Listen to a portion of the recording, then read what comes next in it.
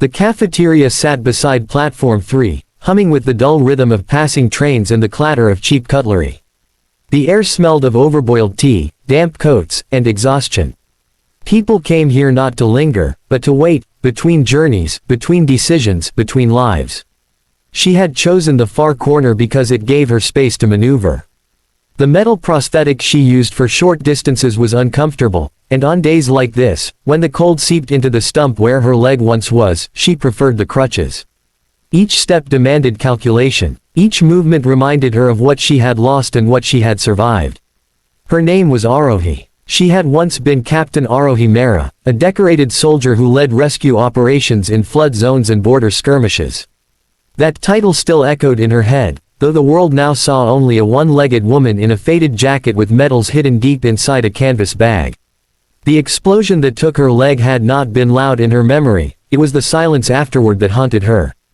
The sudden absence of commands, the abrupt end to her career, and the slow, bureaucratic fade into medical boards and sympathy had hurt more than the shrapnel. She had learned to live with phantom pain, but not with the phantom purpose. That afternoon, every table was occupied. Students hunched over phones, laborers ate in silence, families argued softly. In the corner sat a man in a gray uniform, his back bent slightly, hands rough and stained from chemicals and long hours of cleaning floors that never stayed clean. His cart was parked beside him, mop handle leaning like a tired companion. He ate slowly, deliberately, as if the act of eating itself deserved respect. The table had one empty chair. Arohi paused. Years of command had taught her decisiveness, but civilian life had made her cautious. People stared. They always did. Some with pity, some with discomfort, some with curiosity. She approached the table and asked if she could share it. She expected indifference, maybe reluctance. What she received was something else entirely. The janitor looked up, met her eyes without flinching, and responded not with words that diminished him or elevated her, but with a calm dignity that startled her. He shifted his belongings, wiped the chair carefully with a cloth, and gestured for her to sit, as if it were the most natural thing in the world. There was no awe for her service, no awkward glance at her leg, no false politeness. Just a simple acknowledgement of another human needing a place to rest. As Arohi lowered herself onto the chair, a strange tightness filled her chest. She realized how rarely people met her gaze these days without attaching a story to it. The janitor returned to his meal, giving her space without ignoring her presence. The rain outside grew heavier, drumming against the tin roof, blurring the platform into streaks of gray. She ate in silence, but her mind churned. The calmness of the moment felt undeserved, almost suspicious. Her life since the injury had been a series of well-meaning gestures that made her feel smaller.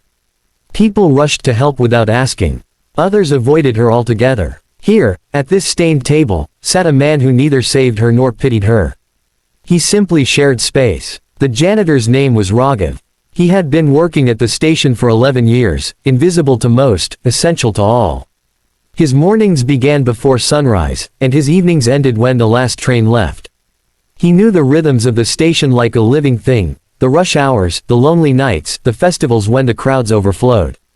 He had once been a factory worker, until an accident crushed 2 fingers on his right hand. The compensation was small, the job gone overnight. Cleaning floors was not a dream, but it was honest work, and it fed his daughter. Raghav noticed the way Arohi held her cup with both hands, steadying it against a slight tremor. He noticed the careful way she shifted her weight, the discipline in her posture. He had seen soldiers before, returning from service, some whole, some broken in ways no uniform could hide. He had learned long ago that respect was not something you declared, it was something you practiced quietly. Their shared silence stretched, but it was not uncomfortable. Outside, a train screeched to a halt, passengers spilling onto the platform like a wave. Arohi felt something loosen inside her. For the first time in months, she was not thinking about her leg. She was thinking about the rain, the taste of tea, the steadiness of another person nearby. As she finished her meal, a memory surfaced, of her unit huddled together during a storm in the mountains, sharing rationed food, laughing despite the cold. That sense of belonging had vanished when she left the army hospital. Friends moved on, units changed, life continued without her. She had told herself she was strong enough alone. Sitting there, she realized strength did not mean isolation.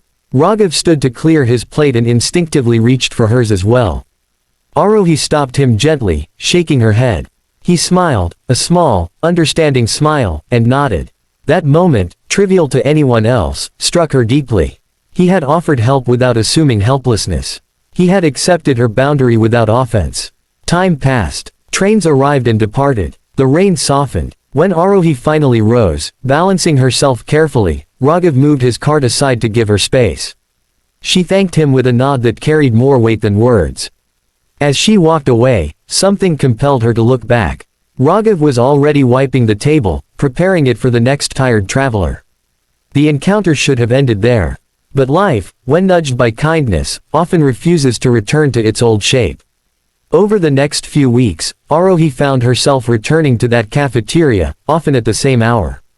She told herself it was convenient, but she knew better. Each time, Raghav was there, sometimes eating, sometimes working. They shared the table again and again, sometimes exchanging stories in fragments, sometimes sitting in companionable quiet. Arohi spoke of rehabilitation, of sleepless nights haunted by explosions that no longer existed. Raghav spoke of his daughter's school fees, of the pride he felt when she topped her class, of the fear that one illness could undo everything. In those conversations, Arohi began to see her own reflection, not as a soldier or a patient but as a person navigating loss. Raghav, in turn, found in her not a hero on a pedestal, but someone who understood discipline, sacrifice, and the quiet grief of starting over. One evening, as the sun dipped low and painted the station in gold, Arohi noticed a group of officials inspecting the premises. Clipboards, stern expressions, polished shoes. Raghav grew tense. Contract renewals were unpredictable, and complaints often fell on the shoulders of those least able to defend themselves. Arohi watched as one official scolded Raghav for a spill that had occurred minutes earlier. The words were sharp, dismissive. Something stirred inside her, the old instinct to step forward, to protect. She did not raise her voice or invoke her rank. She simply explained, calmly and firmly, the conditions of the station, the volume of traffic, the reality of maintenance work. She spoke with clarity and respect, addressing the official as an equal. The tone shifted. The reprimand softened into a nod. Raghav stood silently, eyes lowered, but something in his posture changed. Later, he thanked her awkwardly.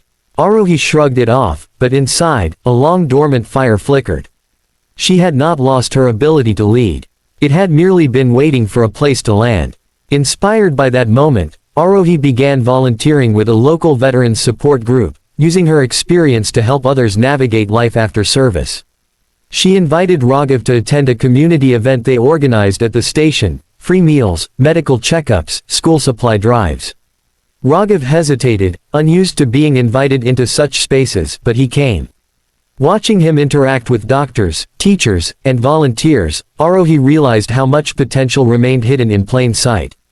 The event was a success. The station buzzed with warmth instead of haste. Raghav's daughter attended, her eyes wide as she listened to Arohi speak about resilience. That night, as the last stalls packed up, Raghav told Arohi that for the first time, he felt seen not as a cleaner but as a father with dreams. Months passed. Arohi received an offer to work as a training coordinator for disaster response teams, a role that valued her experience without demanding physical perfection. On her first day, she returned to the cafeteria. The table was empty. Raghav was cleaning a distant platform. She waited. When he arrived, she told him she would be leaving the city. The words felt heavier than she expected. Raghav listened, nodding, his face composed. He congratulated her with genuine happiness. Before she left, she placed a small envelope on the table. Inside was a letter of recommendation she had written, connecting Raghav with a vocational program for station staff families. It was not charity. It was opportunity. As Arohi walked away that final time, she felt no emptiness. She felt full. If this story has touched your heart, if it reminded you that dignity and kindness can change lives in the quietest moments, please take a second to like this video, share it with others, and subscribe to the channel.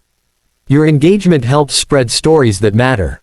And before the ending, I want to ask you something special. Please comment below what this story made you feel, or share a moment when a stranger's kindness changed your life.